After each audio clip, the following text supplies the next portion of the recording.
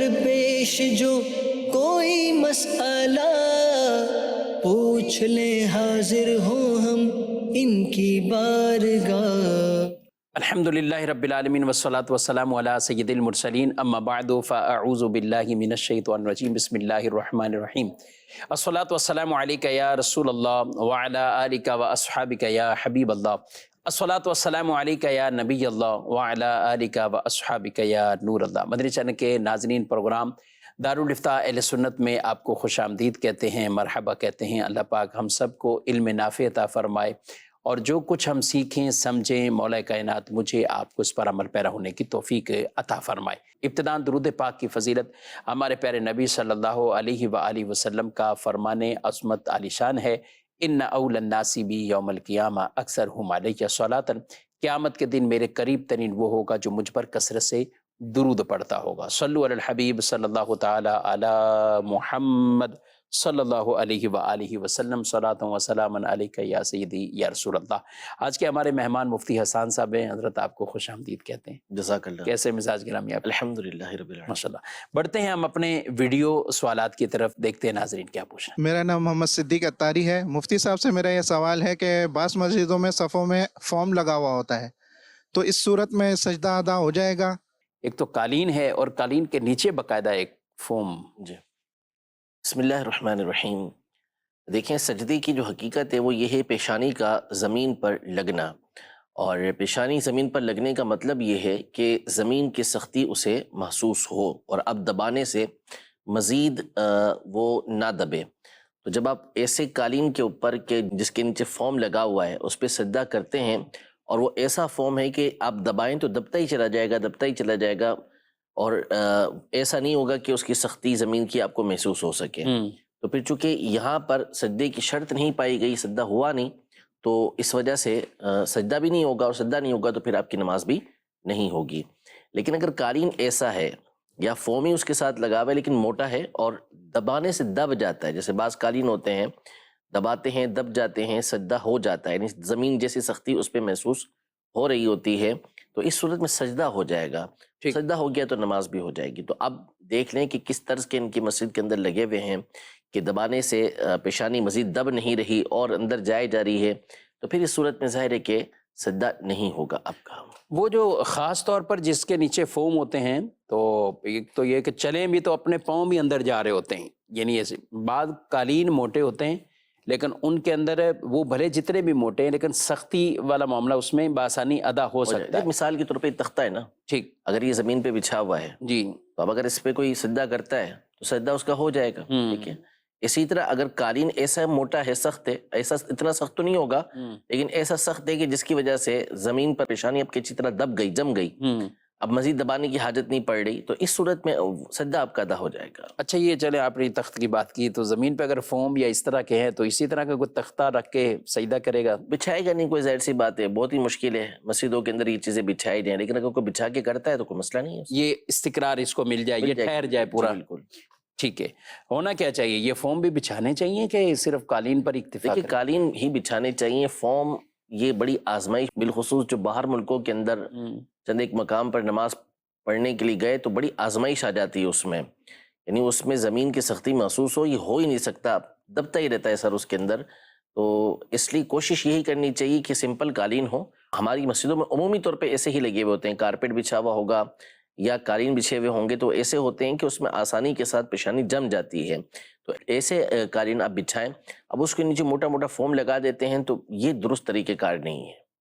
ٹھیک ہے، وہ بالکل ایک ڈبل طے الگ سے ہو جاتی ہے، اور یہ بعض اوقات کوئی آ کر یعنی یہ سمجھ ہوتے ہیں کہ بالکل پاؤں رکھنے میں سکون دے، مزہ دے، تو یہ ایک الگ بات ہے۔ آپ نے یہاں نماز پڑھنی ہے تو اس کا وہی انداز اختیار کیا جائے کہ جس میں لوگوں کی نمازیں وہ ضائع نہ ہو۔ حسان صاحب، اس میں یہ ہے کہ بعض ایسے حساس ہوتے ہیں کہ ٹھیک ہے ان کو مسئلہ پتہ چل گیا تو وہ کچھ تگ و دو کر کے، توجہ کر کے، پیشانی کچھ دبا کر کوئی نہ کسی نتیجے پر پہنچ جائے، لیکن جن کو مسائل ہی اس طرح کے پتہ نہیں ہے اور پھر انہی کو اس طرح کے فارم بچھا کے دے دینا اور نہ وہ رکھیں، اور بلکہ جس کو مسئلہ پتہ بھی ہے شاید اس کے لیے بھی اتنی آزمائش ہو جائے گی۔ بالکل ہوتی ہے نا آزمائش، ہو ہی نہیں جاتی، ہوتی ہے کہ اس طرح کی جب بچھا دیتے ہیں تو عمومی طور پہ اس پہ جمانا مشکل ہوتا ہے پیشانی کو۔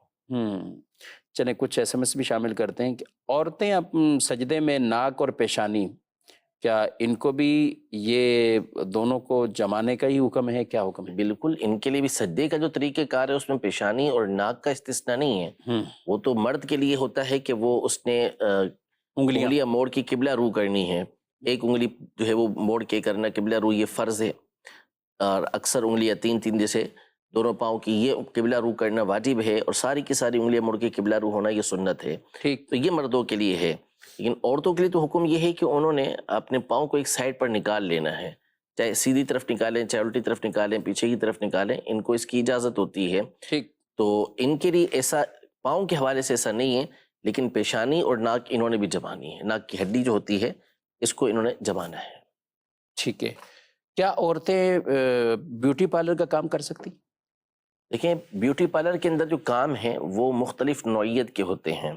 اب جیسے مثال کے طور پر صرف وہاں انہوں نے جو ہے وہ میک اپ کرنا ہے اور جائز چیزوں سے میک اپ کرنا ہے، یا انہوں نے جو ہے وہ ایسے زائد بال ہیں وہ نکالنے ہیں جو عورتوں کو نکالنے کی اجازت ہوتی ہے، یا بالوں کی کٹنگ جو جائز طریقے سے ہوتی ہے وہ کرنی ہے انہوں نے، تو ایسے کام تو وہ کر سکتی ہیں. لیکن اگر اس میں بے ستری ہوتی ہے، ستر کھولنا پڑتا ہے، یا نعوذ باللہ اس میں مرد آتے جاتے رہتے ہیں، یا کوئی ناپاک چیزیں اس طرح کی استعمال کی جاتی ہیں کہ جنہیں استعمال کرنے کی اجازت نہیں ہے، تو پھر یہ کام کرنے کی اجازت نہیں ہوگی. اب وہ جو کام فی نفسی ہی بات کریں گے تو اس کے جائز ہونے کی صورتیں بھی موجود ہیں، ناجائز ہونے کی صورتیں بھی موجود ہیں. اب جیسا کام جس انداز میں کر رہی ہے اس کا حکم ہوگا. اگر جائز طریقے سے جائز کام کرے گی تو یہ جائز ہوگا، اجرت بھی حلال ہو جائے گی. اور ناجائز طریقہ کار کو اختیار کیا ہوا ہے یا ناجائز کام کر رہی ہے تو پھر اس کا کرنا بھی حرام ہوگا، گناہ ہوگا، اور کئی صورتیں ہوں گی کہ اس کی اجرت بھی حرام ہوگی. یعنی کام دونوں طرح کے ہوتے ہیں. بالکل ہوتے ہیں. جیسے حجام کی دکان ہم کہیں تو وہاں بھی دونوں طرح کے کام ہیں، بال بھی کاٹ رہے ہیں، داڑھی بھی مونڈ رہے ہیں. یہ تو چھوٹی سی مثال ہے نا. یہ بالکل ان کے اس میں تو بہت سارے مسائل ہوتے ہیں اس طرح کے. جی ایسا ہی ہے. ٹھیک ہے.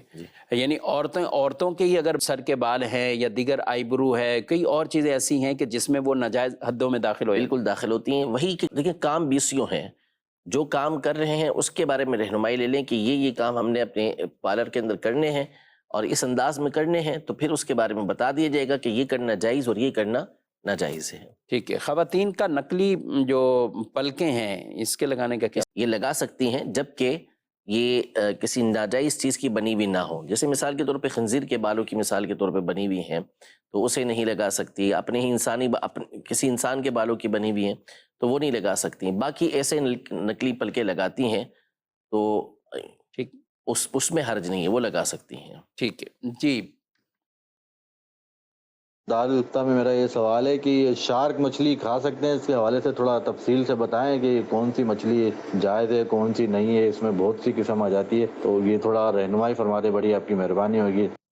جی، شارک مچھلی یہ کھا سکتے ہیں. آپ نے دیکھی ہے؟ پہلے تو یہ پوچھ لینا کون سی مچھلی ہوتی ہے. دیکھیں شارک مچھلی تو ظاہر سی بات ہے تصویروں وغیرہ میں تو مشہور دیکھی ہوگی، مشہور مچھلی ہے. اور یعنی جو سمندر کی خطرناک مچھلیاں کہلاتی ہیں، جو انسان کا شکار کرنے والی ہوتی ہیں، ان مچھلیوں میں سے ایک مشہور و معروف مچھلی ہے.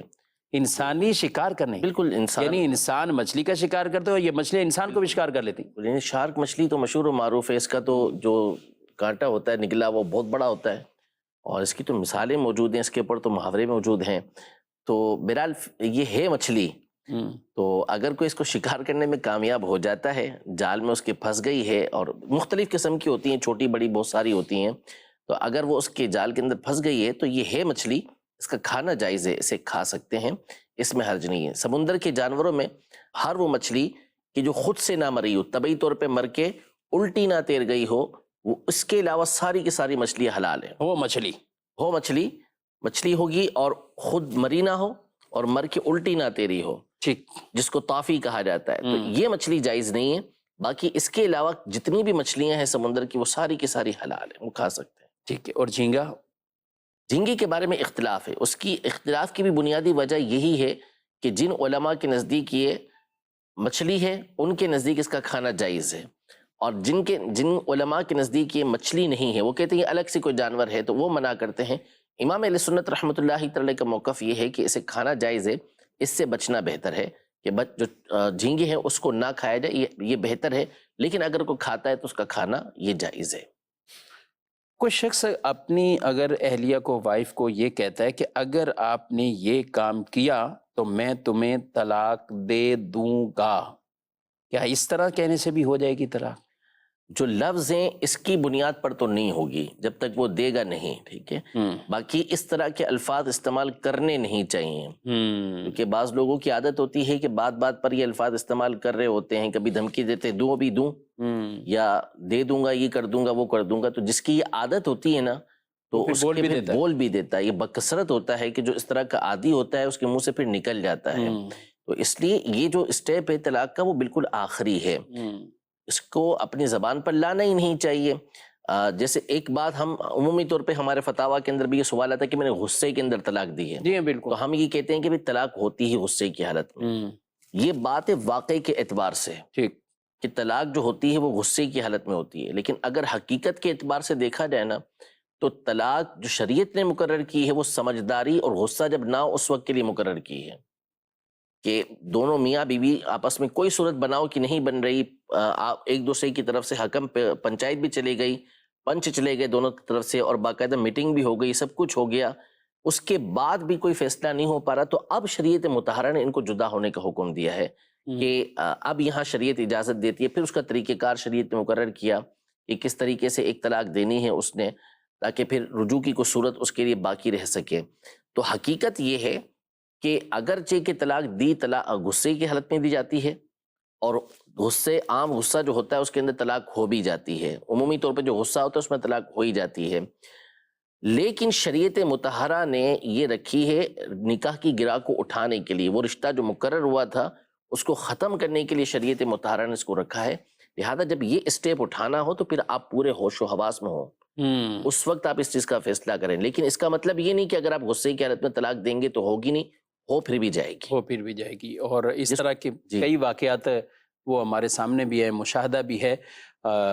یہ ویسے بڑی عجب بات ہے حسان صاحب کہ جب نکاح ہونا ہے تو 2 سال تک آپس میں ایک دوسرے کے یہاں سے کچھ آ رہے ہیں، میٹنگ ہو رہی ہے، مشاورتیں ہو رہی ہے، بارات میں کتنے افراد ہوں گے، کتنے ولیمے میں ہوں گے، کتنے آپ کی طرف سے، کتنے ہماری طرف سے، بعض اوقات دعوتوں میں ڈشیں، یہ سب طے ہو رہا ہوتا ہے. اچھا تحفے ایک دوسری طرف سے لین دین، وہ بھی حق مہر، ظاہر ہے یہ چیزیں، بعض چیزیں تو وہ شرعی تقاضے بھی ہیں، لیکن بعض ویسے بھی رسم و رواج کے تحت یہ ساری چیزیں طے ہو رہی ہوتی ہیں.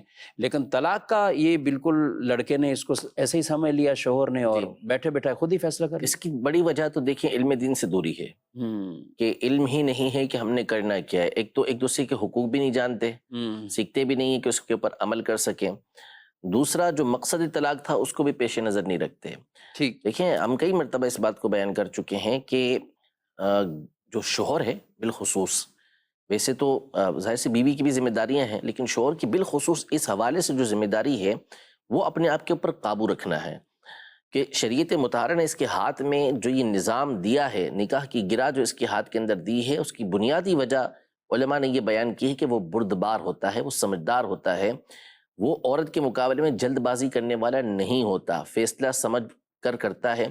تو اب جب جس مقصد کے تحت اس کے ہاتھ میں یہ گرہ دی گئی تھی اس نے وہ مقصد ہی ختم کر دیا کہ بھئی غصہ آ رہا ہے تو غصے کے اندر اتنا بڑا قدم اٹھانا یہ مرد کا کام نہیں ہے. ٹھیک ہے نا، غصے کی حالت کے اندر جو ہے وہ آپ اپنی جائیداد کسی کے نام نہیں کر دیتے، صحیح بات، بلکہ سوچ سمجھ کر ہی آپ معاملات کرتے ہیں سارے. تو اسی طرح آپ یہاں پہ ٹھہر جائے کریں، بالخصوص یہ معاملہ جو ہے اس کے اندر ٹھہر جائے کریں. جب آپ کا غصہ ٹھنڈا ہو جائے معاملات پہ غور کیا کریں. پھر اس کے بعد شریعت مطہرہ نے اجازتیں بہت ساری دی ہوئی ہیں اور طریقہ کار ہمارے سامنے بیان کیے ہوئے. اچھا پھر ہوتا بھی یہی ہے کہ غصے کے اندر یہ سارا کام ہو گیا، جو قدم اٹھانا تھا وہ اٹھا لیا، لیکن اس کے بعد پھر یہی مسئلہ سامنے آ جاتا ہے کہ وہ غصے کی حالت میں ہم نے کر دیا تھا، اب جو ہے نا وہ پچھتاوا ہو رہا ہے. تو بھائی شریعت مطہرہ نے تو یہی تو سمجھا ہے آپ کو کہ آپ اس حالت کے اندر قدم نہ اٹھائیں، اور آپ باقاعدہ ایک سوچ سمجھ کے اس قدم جو اٹھانا ہے وہ قدم اٹھائیں. اس کے لیے آپ کی غصے کی حالت ہونی نہیں چاہیے. تو جس چیز سے شریعت نے منع کیا تھا آپ نے وہ قدم اٹھا لیا، اور اب اس کے بعد آپ آ کے آپ پوچھتے ہیں کہ شرعی حکم کیا ہوگا، شرعی رخصت ہمارے لیے کیا نکل سکتی ہے، حالانکہ اب رخصت نکلنے کی کوئی صورت یہاں پر نہیں بچتی. جی مزید کچھ میسج بھی شامل کرتے ہیں. ایک یہ سوال پوچھتے ہیں کہ میرے کزن نے میرے بھائی کے ساتھ میری والدہ کا دودھ پیا تو ہم سارے بہن بھائی بن گئے، وہ ہمارا بھائی بن گیا یا صرف اسی کا بنا؟ یہ بھی غلط فہمی ایک ہمارے یہاں معروف ہے کہ یوں سمجھتے ہیں کہ جس بچے کے ساتھ مل کے کسی نے دودھ پیا ہے تو وہی آپس میں بھائی بھائی یا بہن بھائی ہوں گے. تو ایسا نہیں ہے، بلکہ جس بچے نے جس عورت کا دودھ پی لیا ٹھیک. تو اب اس عورت کے اس مرد سے جتنے بچے ہیں تو وہ تمام کے تمام اس کے بہن بھائی ہو جائیں گے. جیسے ان کے بھائی کے ساتھ مل کے پیا تھا تو اب وہ بھی بھائی ہے ان کا، اور اس کے علاوہ جتنے اور بہن بھائی ہیں سارے کے سارے ان کے بہن بھائی ہو جائیں گے. ٹھیک ہے. اور یہ نکاحوں کا معاملہ بعض اوقات یہی اسی کے ساتھ ہی خاص کر لیتے ہیں، حالانکہ وہ سب کے ساتھ ہے. سب کے ساتھ ہی ہے، ایسا ہی ہوتا ہے. جی مزید سوال. یہ پوچھنا چاہتا ہوں، جب آدمی سے قسم ٹوٹ جاتی ہے تو اس کا کفارہ کیا ہے؟ ٹھیک ہے، ہم لیتے ہیں قسم کا. اور جب اس طرح کا کوئی مسئلہ پوچھا کریں نا تو وہ الفاظ بھی آپ ادا کر کے ہم سے پوچھ سکتے ہیں اور وہ بولنے چاہیے. یعنی اب کوئی الگ سے قسم نہیں ہوگی لیکن ان کے الفاظ سے، کیونکہ جواب کا تعلق بھی ان الفاظ کے ساتھ ہی ہوگا. بہرحال انہوں نے صرف ایسے ہی پوچھا ہے تو کیا کہیں گے؟ دیکھیں، سب سے پہلی تو یہی چیز ہے کہ قسم کو جاننے کی کس قسم کے اوپر کفارہ ہوتا ہے. ٹھیک ہے. مستقبل میں کسی کام کے کرنے کی آپ نے مطلق قسم کھائی کہ میں قسم کھاتا ہوں کہ میں یہ کام کروں گا یا نہیں کروں گا، دونوں میں سے کوئی بات آپ نے کہی، یا آپ نے اللہ کے نام کی قسم کھائی یا اللہ کی صفات میں سے کسی صفت کی قسم کھائی کہ اللہ کی قسم کھاتا ہوں کہ میں یہ کام نہیں کروں گا، یا اللہ کی قسم کھاتا ہوں کہ میں یہ کام کروں گا، پھر آپ نے اس کا عکس کر لیا، توڑ دیا اس کو، تو اس صورت میں یہ کفارہ لازم آتا ہے. یا تو بغیر کسی مطلقاً قسم کھائی کہ میں قسم کھاتا ہوں، یا پھر اللہ کی قسم کھائی، یا اللہ کی صفت کی مثال کے طور پہ قرآن کی قسم کھا لیتا ہے کہ میں قرآن کی قسم کھاتا ہوں، پھر اس کے بعد اس کا خلاف کرتا ہے تو اب اس کی جو قسم ہوگی وہ ٹوٹے گی اور اس کے اوپر پھر کفارہ آئے گا. اور کفارہ یہ ہے کہ پہلے زمانے میں تو غلام ہوتے تھے تو سب سے پہلا حکم تو یہ تھا کہ غلام آزاد کرے، لیکن اگر غلام آزاد نہیں کر سکتا تو اب اس نے 10 مسکینوں کو کھانا کھلانا ہے متوسط درجے کا 2 ٹائم، اور یا ان کو کپڑے پہنانے ہیں. یعنی جو شرعی فقیر ہیں جن کو زکوٰۃ لگتی ہے ان کو آپ نے یہ دینا ہے. اور اس میں آسان یہ ہے کہ آپ ایک ایک صدقہ فطر 10 جن کو زکوٰۃ لگتی ہے انہیں دے دیں. صدقہ فطر کی جو رقم بنتی ہے تو اس سے آپ کی کا جو قسم کا کفارہ ہے یہ ادا ہو جائے گا. بالفرض کسی کے پاس اتنی بھی قدرت نہیں ہے کہ وہ اتنا کسی کو کھلا سکے، غریب ہے اور اتنی رقم بھی اپنے پاس نہیں رکھتا، تو اب اس کے لیے حکم یہ ہے کہ اس نے 3 روزے مسلسل رکھنے ہیں. 3 روزے مسلسل رکھے گا، اس سے اس کی قسم کا کفارہ ادا ہو جائے گا. اس سے یہ اس کے لیے جو کھانا کھلانے کی بھی طاقت نہیں رکھا، کھانا کھلانے کی بالکل، ورنہ کھانا کھلانا ہی ہوگا، یہی کام ہے. اور یہ کھانا 2 ٹائم 2 ٹائم کھلانا ہوگا. اور اس میں آسان یہ ہے کہ کیونکہ بہت مشکل ہوتا ہے کہ صبح شام جو ہے وہ ان کو تلاش کر کے ان کو کھلانا، تو اس لیے آسان طریقہ کار یہ ہے کہ ایک ایک صدقہ فطر یہ 10 افراد کو دے دیں. اچھا، اس میں آج کل کے زمانے میں ہم دیکھتے ہیں لوگ یہ سمجھتے ہیں کہ یار فلاں ہوٹل کے پاس کوئی 10-12 کپ بیٹھے ہوتے ہیں، یا فلاں ادارہ ہے جو لوگوں کو کھانا کھلاتا ہے. اس میں دیکھیں اداروں کے اندر ہو سکتا ہے کہ ادارے میں اگر تو خدا ترس لوگ ہیں، آپ جانتے ہیں، جو شرعی احکام کو سمجھتے ہیں اور شرعی احکام کے مطابق عمل کرتے ہیں، تو پھر آپ ان کو بتا کے رقم وہاں پر دے سکتے ہیں تاکہ اس کو وہ شرعی احکام کے مطابق استعمال کریں. جیسے مدارس ہیں، اہل سنت کے جامعات ہیں، ان میں ایسے ہوتے ہیں بعض کے جن کے پر زکوٰۃ لگ جاتی ہے طلباء کے اوپر، تو پھر وہاں اس کو استعمال کیا جا سکتا ہے. ٹھیک ہے. ہمارے ہاں دعوت اسلامی میں بھی جو ڈونیشن سیل ہیں جہاں پر آپ عطیات جمع کروا سکتے ہیں، صدقات واجبہ، کیونکہ قسم کے کفارے یہ بھی صدقات واجبہ میں آئیں گے، تو جیسے آپ دیں تو ایسے کسی باکس میں نہ ڈال دیں، بلکہ اس طرح کے جو پیسہ ہے تو اس کو باقاعدہ آپ دیں، اور اس میں رسید میں اس مد کو خاص کر کے، یعنی کہ یہ قسم کا کفارہ ہے. اچھا، پھر قسم کا کفارہ، 1 قسم کا کفارہ، 2 قسمیں ہیں، کتنی قسمیں ہیں، تو اس کے مطابق ساتھ ان کو نومینیٹ کروا کر اور لکھوا کر باقاعدہ کہ یہ اتنی قسموں کا کفارہ ہے یہ ادا کریں. اور ایک مسئلہ یہ بھی یاد رکھیں کہ قسم کا جو کفارہ ہے وہ معاملہ جب برعکس ہو گیا، یعنی قسم ٹوٹ گئی، اب اس کو ادا کرنا ہے. بعض لوگ ہمارے ہاں یہ بھی غلطی سمجھ رہے ہوتے ہیں کہ قسم کھا لیے، تو مثال کے طور پہ کسی نے قسم کھا لی کہ ہم نے فلاں کی شادی میں نہیں جانا، اور قسم اللہ کی کھا لی، قرآن پاک کی کھا لی. اب وہ سمجھتے ہیں کہ شادی چونکہ ابھی 1 تاریخ کو شادی ہے تو اب ان کا ذہن بن گیا کہ جانا ہے، یا صلح ہو گئی. اب یہ یوں کریں کہ شادی سے پہلے کفارہ ادا کر رہے ہوں، کیا کرنا چاہیے احسان صاحب؟ اب ان کو شادی سے پہلے کفارہ ادا کرنا ہے یا شادی میں جانے کے بعد کفارہ ادا کرنا ہے؟ یعنی قسم جس بات پر قائم؟ اس کا حکم یہ ہوتا ہے کہ جو احناف کے نزدیک حکم یہ احادیث طیبہ کی روشنی میں کہ پہلے قسم جو ٹوٹے گی، یعنی جو کام آپ نے کرنے کا کہا تھا یا نہ کرنے کا کہا تھا آپ اس کا عکس کریں. جیسے شادی میں جانے کے حوالے سے بات کی کہ شادی میں فلاں کیا نہیں جاؤں گا، اور شرعی قسم مثال کے طور پہ وہاں ہو جاتی ہے. اب وہ چاہتا ہے کہ میں شادی میں جاؤں اور کفارہ دے دوں، تو یہ نہیں ہو سکتا کہ پہلے کھانا کھلا دے پھر اس کے بعد شادی میں جائے، بلکہ پہلے قسم اس کو توڑنا ہوگی. ٹوٹے گی تو اس کے اوپر کفارہ لازم آئے گا. ٹھیک ہے. اب وہ پہلے جائے گا وہاں پر جس سے اس کی قسم ٹوٹے گی، اس کے بعد پھر اس نے اس کا کفارہ ادا کرنا ہے. ٹھیک ہے. یہ مثال دی ہے. ویسے شادیاں نہ ترک کریں، لوگوں کی خوشیوں میں ایسی کوئی معاملہ نہیں ہونا چاہیے کہ ان کی خوشیاں ہماری وجہ سے کوئی خراب ہو جائیں. حسان صاحب، کئی لوگ بڑی دل میں باتیں بٹھا کے بیٹھے ہوتے ہیں کہ ان کا خوشی آئے پھر ہم ان کو دیکھیں گے. ابھی تو یہ جیسے تیسے چل رہا ہے، لیکن آنے دو ذرا. ان کا کوئی خوشی عقیقہ ہو، کوئی بیٹے کی ہے، فلاں بیٹی کی ہے، اس وقت وہ پرانی بات کوئی کھول کر لے کر آئیں گے اور پتہ چلے گا بھئی فلاں خاندان والے یا فلاں نہیں آ رہے، بیچارے پھر وہ اتنے پریشان ہوتے ہیں. تعلیم و تربیت کا مسئلہ ہے نا، اسلامی تعلیمات اور پھر اس کے بعد اس تربیت اس کے اوپر ہونا، ان کی کمی کا مسئلہ ہے سارا. ورنہ شریعت مطہرہ کا جو بنیادی مقاصد علماء نے بیان کیے ہیں کہ کیا کیا مقاصد ہیں، تو اس میں سے ایک ایتلاف قلوب، یعنی دلوں کو آپس میں ملانا ہے. یہ جو فرمایا لا یؤمن احدکم حتی یحب لاخیہ ما یحب لنفسہ، کہ کوئی شخص اس وقت تک کامل مومن نہیں ہو سکتا جب تک کہ اپنے بھائی کے لیے وہی کچھ پسند نہ کرے جو اپنے لیے پسند کرتا ہے. اس کو نبی پاک صلی اللہ علیہ وسلم کے جامع ترین کلمات میں سے شمار کیا ہے، اس کو جوامع الکلیم کہتے ہیں. تو اس کی علت اور ایک حکمت علماء نے یہ بیان کی کہ اس سے دل آپس میں ملتے ہیں، کہ بندہ جب اپنے بھائی کے لیے وہی کچھ پسند کرے گا جو اپنے لیے پسند کرتا ہے تو ظاہر اچھا ہی پسند کرے گا جی، اور جو اپنے لیے پسند نہیں کر رہا وہ اپنے بھائی کے لیے جب پسند نہیں کرے گا تو برائی کو پسند نہیں کرے گا. نتیجہ یہ نکلے گا دل قریب ہو جائیں گے، دل اس سے ملیں گے. اور یہ شریعت مطہرہ کا ایک بہت بڑا مقصد ہے.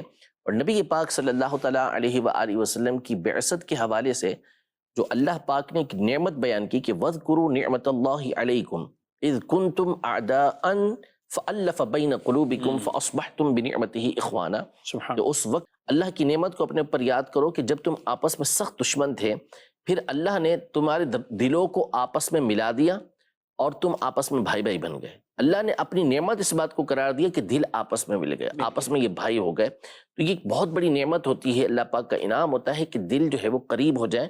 اور شریعت مطہرہ کا مقصد ایک یہ ہے. جنت دیکھیں نا آپ، جنت کی نعمتوں میں سے ایک نعمت کیا بیان کی گئی کہ جب اہل جنت میں داخل ہوں گے تو ان کے دلوں کے اندر کسی طرح کا بغض نہیں ہوگا، حسد نہیں ہوگا. اور فرمایا کہ ان کے دل ایک ہی طرح ہوں گے سب کے. اس کا مطلب دل بالکل قریب ہوں گے سب کے، اس لیے وہاں پر یہ چیز نہیں ہوگی. تو اس لیے ایسے موقعوں کی تلاش کے اندر رہنا کہ خوشی کا موقع ہے پھر دیکھتے ہیں اسے، تو یہ یوں کہہ لیں کہ یہ شیطان کا اغوا ہے، شیطان کی طرف سے بہکاوا ہے.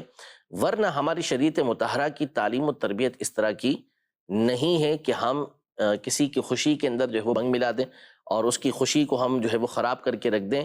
یہ نہیں، بلکہ مسلمان کو خوشی حاصل ہوئی ہے تو اگرچہ اس کی طرف سے آپ کو تکلیف پہنچی ہو، آپ کوشش کریں کہ اس کی خوشی دوبالا ہو، نہ کہ اس کی خوشی خراب ہو. ماشاءاللہ، بہت خوبصورت باتیں اور خوبصورت دین کی تعلیم ہے. کچھ SMS کے سوالات مزید دیکھتے ہیں. ایک سوال بڑا عجیب سا ہے. کہتے ہیں کہ مفتی صاحب یہ بتائیے، کچھ لوگ یہ کہتے ہیں کہ جوتے دیکھ کر ماشاءاللہ نہیں پڑھنا چاہیے. اب کسی کے کوئی ہے جوتے یا کوئی اس طرح کی چیز ہے تو کیا ماشاءاللہ نہیں پڑھ سکتا؟ پڑھنے میں تو کوئی حرج نظر نہیں آتا. اگر کسی کے جوتے ماشاءاللہ اچھے ہیں تو ظاہر ہے کہ اس کو کہہ سکتے ہیں کہ ماشاءاللہ جوتے بہت اچھے پہنے ہوئے آپ نے. تو کوئی توہین کی صورت تو ہے نہیں. یہاں پہ مبارک کلمات کی اگر کوئی توہین کی صورت ہوتی تو ایک الگ بات ہوتی، لیکن یہاں پہ بظاہر کوئی ایسی صورت نظر نہیں آ رہی. تو اگر اس نے کسی کو دیکھا کہ بہت خوبصورت جوتے پہنے ہوئے ہیں تو ظاہر جوتوں پر بھی نظر لگ سکتی ہے، اور لگتی ہے. اچھے جوتے ہوں تو بازار چوری ہو جاتے ہیں، ٹوٹ جاتے ہیں، کہیں سے بھی چوری ہو سکتے ہیں. تو یہ وہ نظر لگنے کی وجہ سے بھی بعض اوقات ہوتا ہے، اور نظر سے بچنے کا ایک طریقہ یہ بھی ہے. بہت خوبصورت جوتے پہنتے ہیں بعض اوقات، بہت خوبصورت چپلیں پہنتے ہیں، تو کہا جا سکتا ہے کہ ماشاءاللہ چپلیں بہت اچھی ہیں آپ کی، اس میں کوئی مسئلہ نہیں. صحیح. یہ جوتے اگر سامنے نماز کے سامنے ہو تو کیا اس میں کوئی ہاں یہ مناسب نہیں ہے کہ بالکل آپ سامنے جوتے رکھ کے بغیر کسی وجہ کے. آپ نے اچھے جوتے کی بات کی نا، تو بعض لوگ واقعی جب کوئی قیمتی جوتے لے کے آتے ہیں نا تو وہ مسجد میں بھی کوئی ایسی جگہ ڈھونڈتے ہیں کہ جوتے آگے ہوں، پھر ہم پیچھے نواز بالکل دیکھیے سامنے ہو تو پھر مناسب نہیں ہے، یعنی بغیر کسی وجہ کے، بغیر کسی عذر کے. جیسے بعض مقامات ہوتے ہیں کہ وہاں پر آپ معذور ہیں، ٹھیک ہے، کہ وہاں آپ کو چپل سامنے ہی رکھنا پڑیں گے ورنہ وہ اٹھ جائیں گے وہاں سے. وہاں بسا اوقات کچھ لوگ مجبور ہو جاتے ہیں کہ وہ جب جوتے لے کر آتے ہیں تو پھر وہ تھیلی میں رکھ کے سامنے لپیٹ کر رکھ لیتے ہیں. ویسے بھی رکھنا جائز ہے، رکھ سکتے ہیں، لیکن ایک طریقہ ہوتا ہے بندہ اللہ کی بارگاہ میں حاضر ہو رہا ہے تو سامنے جوتے نہ ہو تو اچھا ہے. آپ نے جوتوں کی طرف ہی توجہ بھی اس کی رہے گی اس صورت میں. ٹھیک ہے، مزید سوالات. میرا مفتی صاحب سے کی بارگاہ میں یہ سوال ہے کہ مختلف ویلوگر مختلف سوشل میڈیا سے آمدنی حاصل کرتے ہیں، کیا اس آمدنی کا حاصل کرنا ان کے لیے جائز ہوگا یا نہیں ہوگا؟ اس بارے میں ہماری شرعی رہنمائی فرما دیجیے. جی دیکھیں اس پر کئی مرتبہ تفصیلی گفتگو ہو چکی ہے اور مفتی علی اصغر صاحب کا اس موضوع کے اوپر ایک کلپ بھی وائرل ہے. تو اصل یہ بہت ساری صورتیں ہوتی ہیں اور عمومی طور پہ اس کا جو طریقہ کار ہوتا ہے وہ ناجائز امور کے اوپر ہی مشتمل ہوتا ہے. میوزک ہوتا ہے، اس کے اندر پہ بسا اوقات خواتین ہوتی ہیں، ایڈورٹائزمنٹ لگتی ہے، اور بسا اوقات اجارے کی جو شرائط ہوتی ہیں وہ بھی نہیں پائی جا رہی ہوتی. تو اس لیے اس سے بچنے میں ہی عافیت ہے. باقی اگر آپ کو مخصوص اس حوالے سے کام کرنا چاہتے ہیں تو پھر آپ دارالفتہ اہل سنت میں براہ راست رابطہ کر لیں فون پر اور ڈیٹیل بتا دیں تو اس کی روشنی میں پھر آپ کو بتایا جا سکے گا. اگر آپ کے شہر میں دارالفتہ اہل سنت باقاعدہ قائم ہے، جیسے شہر کراچی میں الحمدللہ دارالفتہ اہل سنت 5 دارالفتہ اہل سنت باقاعدہ قائم ہے. بقیہ شہروں میں بھی، حیدرآباد میں بھی دارالفتہ اہل سنت ہے، اسی طرح ملتان میں بھی، گجرانوالہ، لاہور، فیصل آباد، سرگودا، راولپنڈی. اللہ کرے اتنے شہر ہو جائیں کہ گنتے گنتے بھی ہمیں کچھ وقت لگے. تو اب بھی ماشاءاللہ کافی شہروں میں یہ جو بڑے بڑے شہر ہیں ان کے اندر دارالفتہ باقاعدہ قائم ہے. آپ وہاں بھی جا سکتے ہیں، تحریری طور پر فتاوی جات یہ بھی آپ لے سکتے ہیں اور ٹیلی فون کے ذریعے سے بھی آپ رہنمائی لے سکتے ہیں. مزید سوال. میں راولپنڈی سے چاند بات کر رہا ہوں. بابا جی جو بیعت کرواتے ہیں اور توبہ کرواتے ہیں تو وہ وعدہ بھی کرواتے ہیں لیکن وعدہ رہتا نہیں، اکثر ٹوٹ جاتا ہے، تو اس کے بارے میں کچھ بتائیں، کیا کفارہ ہوگا یا معافی بھی ہو سکتا ہے؟ اس بارے میں کچھ شرعی رہنمائی فرما دیں. جی یہ بہت سے اس طرح کے لوگ سوالات کرتے ہیں. جی اصل میں دیکھیں اس کا پہلی بات تو یہ ہے کہ امیر سنت دامت برکاتہم العالیہ جو جن چیزوں کے اوپر ارادہ یا وعدہ کرواتے ہیں یہ وہ چیزیں ہیں کہ جس کو چھوڑنا یا جس کا کرنا یہ ویسے انسان پر لازم ہوتا ہے. جیسے آپ یہ کہتے ہیں کہ جھوٹ نہیں بولوں گا، غیبت نہیں کروں گا، برے لوگوں کے ساتھ نہیں بیٹھوں گا، اور اس طرح کی بہت ساری چیزیں آپ ارشاد فرماتے ہیں، نماز روزے کی پابندی کروں گا. تو اگر آپ اس کا وعدہ مثال کے طور پر امیر سنت سے بیعت سے پہلے الفاظ نہیں بھی بولتے تو کرنا تو پھر بھی ہے. یعنی یہ تو نہیں ہوگا کہ یہ بولنے کی وجہ سے آپ کے اوپر یہ چیزیں لازم ہوئی، بلکہ ویسے ہی آپ کے اوپر لازم تھی. پہلی بات تو یہ ہے. دوسری بات یہ ہے کہ دیکھیں وعدہ جو ہوتا ہے، جو ٹوٹنا ہوتا ہے، جس کو وعدہ توڑنا کہتے ہیں، اور جس وعدے کے اوپر وعدہ خلافی کی وعیدیں آئی ہیں یہ وہ ہیں کہ کرتے ہوئے بندے کا یہ ارادہ ہو کہ میں اس کے خلاف ہی کروں گا. کسی سے وعدہ کر رہے ہیں، بات کر رہے ہیں، میں وعدہ کرتا ہوں کہ آپ کو فلاں چیز دے دوں گا، وعدہ کرتا ہوں کہ فلاں وقت آپ سے ملاقات کر لوں گا، فلاں وقت میں وہاں پہنچ جاؤں گا، دعوت میں آؤں گا. وعدہ کرتے ہوئے اس کی نیت یہ ہے کہ میں جاؤں گا تو نہیں، اچھا ملوں گا تو نہیں. تو یہ وہ ہے کہ جس کے اوپر فرمایا کہ یہ منافق کی نشانیوں میں سے ایک نشانی ہے. ٹھیک ہے کہ منافق کی 3 نشانیاں، اس میں سے ایک یہ ہے کہ وَإِذَا وَعَدَ أَخْلَفَ، کہ جب وہ وعدہ کرتا ہے تو پھر اس کی خلاف ورزی کرتا ہے. یہ ایک صورتحال ہے. تو اگر آپ کی نیت اسی وقت کی ہوتی ہے کہ جو میں بول رہا ہوں اس کے برخلاف کروں گا تو یہ واقعی وعدہ خلافی ہے. یہ وعدہ خلاف، یعنی یہ گناہ گار ہوگا، یہ الگ ہوگا. ویسے بھی وہ کام کرنے کیا ہے گناہ ہے، لیکن اس طرح کرنے کی وجہ سے وہ اس کا گناہ اس کے اوپر الگ سے آ جائے گا. تو آپ وعدہ کریں اور پختہ، یعنی ایک وعدہ یہ ہوتا ہے، یہ پکا ارادہ کروا رہے ہوتے ہیں امیر سنت، اور یہ وہ چیزیں ہیں کہ جس کا وعدہ آپ اللہ سے کر چکے ہیں. جب آپ نے اللہ کو مان لیا تو اس کا مطلب ہے کہ آپ نے ان تمام چیزوں کو ویسے ہی مان لیا. اور کئی اس میں وہ چیزیں کہ نبی پاک صلی اللہ علیہ وسلم خود بھی عہد لیا کرتے تھے، بیعت کرتے تھے، بیعت فرماتے تھے اس کے اوپر. تو اللہ کو ماننے کا مطلب ہی یہ ہے. ٹھیک. جب نبی پاک صلی اللہ علیہ وسلم سے ایک صحابی رضی اللہ تعالیٰ عنہ نے عرض کی کہ مجھے کوئی عمل بتائیے جو اس سے میں جنت کے اندر داخل ہو جاؤں، آپ کی بات کسی سے سوال نہ کروں، تو نبی پاک صلی اللہ علیہ وسلم نے اس سے فرمایا کہ قل آمنت باللہ فاستقم، کہ یہ کہے کہ میں اللہ پر ایمان لایا اور اس کے بعد اس پر ثابت قدم رہے. تو اللہ پر ایمان لایا اس کا مطلب یہ ہے کہ جن چیزوں پر اللہ نے ایمان لانے کا حکم دیا، جن کو ماننے کا حکم دیا، جن کو کرنے کا حکم دیا، وہ تمام کے تمام میں تسلیم کرتا ہوں. جن سے بچنے کا حکم دیا اس کو بچنے کی میں نیت کرتا ہوں، میں ان تمام کو مانتا ہوں. تو یہ ساری چیزیں اس کے اندر آ جاتی ہیں. تو امیر علیہ السلام کوئی الگ سے نئی چیز نہیں کروا رہے ہوتے، وہ اسی وعدے کو آپ کو یاد دلا رہے ہوتے ہیں اور اس کے اوپر پختگی آپ کو کروا رہے ہوتے ہیں کہ ان گناہوں سے میں نے بچنا ہے اور یہ جو نیکیاں ہیں اس کو میں نے کرنا ہے. تو بالکل آپ پکا وعدہ کیا کریں، ارادہ کیا کریں، اور آپ کی نیت بھی ہونی چاہیے اور بچنا بھی آپ کے اوپر لازم ہوگا. ٹھیک ہے. ایک سوال ہے، کیا شیشے کے سامنے نماز ہو جاتی ہے؟ بعض اوقات مساجد میں بھی شیشے لگے ہوتے ہیں، عکس بھی نظر آ رہا ہوتا ہے، تو کیا کہیں گے؟ شیشہ دیکھیں جو سامنے لگا ہے اگر وہ اتنے فاصلے پر ہے کہ دیکھنے کی وجہ سے بار بار اس کی طرف توجہ جا رہی ہے، جیسے 3 صفوں کا فاصلہ بعض علماء نے بیان کیا کہ اتنے فاصلے پر اگر ہے اور نظر اس کے اوپر پڑتی ہے، خشوع خضوع کے ساتھ کوئی نماز پڑھ رہا ہے، تو اب اس میں شیشہ پر نظر پڑنے کی وجہ سے اس کی توجہ اس کی طرف جا رہی ہے، تو یہ مکروہ تنزیہ ناپسندیدہ ہے کہ ایسا نہیں ہونا چاہیے. لیکن نماز بہرحال اس کی ہو جائے گی، نماز اس کی ہو جاتی ہے. اور اگر کوئی ایسی جگہ، بہتر یہی ہے اس میں کہ نہ رکھیں سامنے. لیکن اگر کوئی پڑھتا ہے تو اس کو ہم کو گناہ گار نہیں کہیں گے، یہ نہیں کہیں گے کہ اس کی نماز مکروہ تحریمی ہوئی ہے، نماز اس کی ہوئی نہیں، ایسا نہیں. بعض اس کو ویسے تصویر شاید سمجھنے لگ جاتا ہے کہ ہماری پوری عکس آ رہا ہے تو سامنے تصویر. تصویر تو نہیں ہے، وہ تصویر نہیں ہے، جس کو تصویر نہیں کہیں گے. جی مزید سوال. مفتی صاحب سے میرا سوال یہ ہے، سردی بہت زیادہ ہو، کیا بزرگ جو زیادہ عمر کے ہیں وہ گھر میں نماز پڑھ سکتے ہیں یا مسجد میں ہی جا کر جماعت کے ساتھ پڑھنا ہوگی نماز؟ اس کے بارے میں شرعی رہنمائی فرما دیجیے. سخت سردی عذر بن سکتی؟ اب ایسی سردی ہے نا کہ جو جانے سے رکاوٹ بن جاتی ہے، تھر تھر کانپنا شروع ہو جاتا ہے، کسی کام کے لیے بھی باہر نہیں نکلتا، سودا صرف لینے کے لیے بھی نہیں نکل رہا، آفس جانے کے لیے بھی نہیں نکل رہا، صرف اور صرف جو ہے وہ اپنی کوئی ہوائی جو خاص ہو جس کے لیے نکلتا ہو، تو پھر نماز کے لیے بھی اس کے لیے عذر بن جائے گا. لیکن ہر کام کے لیے نکل رہا ہے، صرف نماز کے وقت کے اندر اس کو سخت سردی محسوس ہوتی ہے، تو یہ عذر نہیں بنے گا. واقعی سردی ایسی ہے کہ جس کی وجہ سے اس کا باہر نکلنا اس کے لیے نقصان کا سبب بنتا ہے، اس کے پاس کوئی ایسے لباس وغیرہ بھی نہیں کہ جس کے ذریعے سے سردی سے بچ سکے. اب ایسی سخت سردی کی وجہ سے کہ باہر نکلے گا تو ٹھنڈ سے اتنی زیادہ لگ جائے گی کہ بیمار پڑ جائے گا، تو واقعی اس کے لیے جو ہے وہ جماعت میں حاضری کا عذر بن جائے گا. لیکن سب کاموں کے لیے نکل رہا ہے، صرف نماز کے وقت کے اندر اس کو ایسا محسوس ہوتا ہے، تو پھر یہ عذر نہیں ہے. اس کا مطلب یہ ہوا گرم کپڑے ہوتے ہیں آج کل تقریباً کے پاس ہوتے ہیں، اسی طرح اور چیزیں ہوتی ہیں کہ جس کے ذریعے سے وہ مختلف اپنے کام سر انجام دے ہی رہے ہوتے ہیں. تو نماز کے لیے اس طرح بہانہ نہ بنائیں. واقعی اگر ایسا ہے تو پھر اس صورت میں ٹھیک ہے گھر کے اندر پڑھ سکتے ہیں، ورنہ مسجد کے اندر جانا ہو. اچھا، اس میں شہروں کا بھی فرق ہو سکتا ہے نا، علاقوں کا. کس علاقے میں، اب جیسے ہم بات کریں شہر کراچی میں بالفرض سردی تو ہے جتنی کہ ہے جی، تو اب یہاں کوئی ایسا کہے تو میرے خیال یہاں تو اس طرح کی نہیں ہے کیفیت والی کہ آدمی باہر ہی نکلنا نقصان دہ ہو جائے.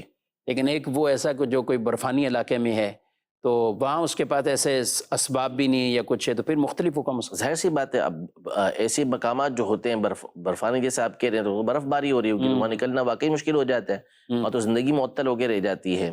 تو اسی طرح یہ جو ایسے علاقے ہیں جن کے اندر واقعی ایسی سخت سردی ہوتی ہے کہ نکلنا یہ نقصان کا سبب بن جائے گا، بیمار ہو جائے گا یا اس کی بیماری بڑھ جائے گی، اس کا کبھی اندیشہ ایسے، تو پھر اس صورت میں سے اجازت ہوگی کہ وہ گھر میں پڑھ سکتا ہے. ٹھیک ہے. آیت الکرسی نماز میں کسی دوسری صورت کی جگہ پڑھ سکتے ہیں، یعنی فاتحہ کے بعد آیت الکرسی؟ بالکل پڑھ سکتے ہیں. اور آیت الکرسی اتنی بڑی آیت ہے کہ اس کے اکیلے کے پڑھنے کے سبب بھی پوری آپ کا جو واجب ہے وہ ادا ہو جائے گا.